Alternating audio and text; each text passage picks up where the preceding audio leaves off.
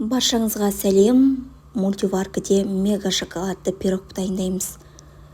Алдымен мультиваркімізді қосып, үстінен сары майымызды салып, ерігенше қосып қалдырамыз. Кез келген режимге қойсаңыздар болады.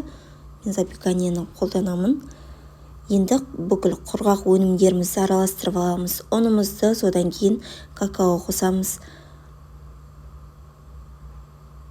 Ас содасын, содан кейін тұзымызды қосамыз.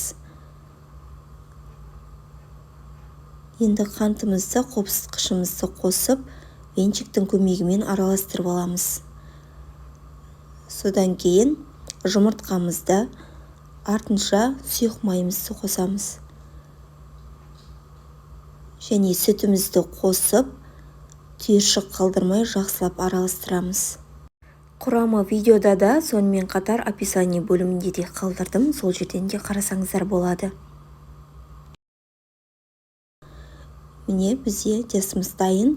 Енді мына мультиваркіде ерітіп қойған сары майымызды осы тестіміздің үстінен құятын боламыз.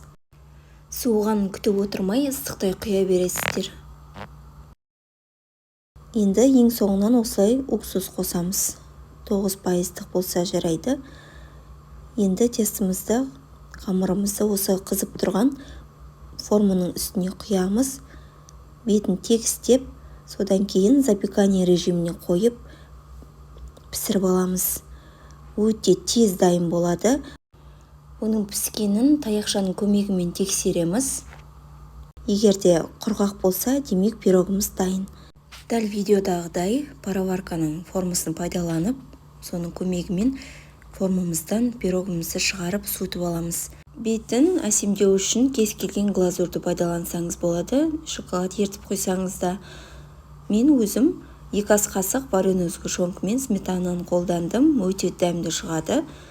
Міндетті түрде осы пирогты жасап көріңіздер, ешқандай өкінбейсіздер. Көп уақыттарыңызды да алмайды, ешқандай миксерді қажет етпейді. Тез әрі, ең бастысы өте дәмді шығады. Сонымен қатар менің каналыма тіркелуді ұмытпаңыздар. Назарларыңызға көптен көп рахмет. Барлықтарыңызға ас болсын.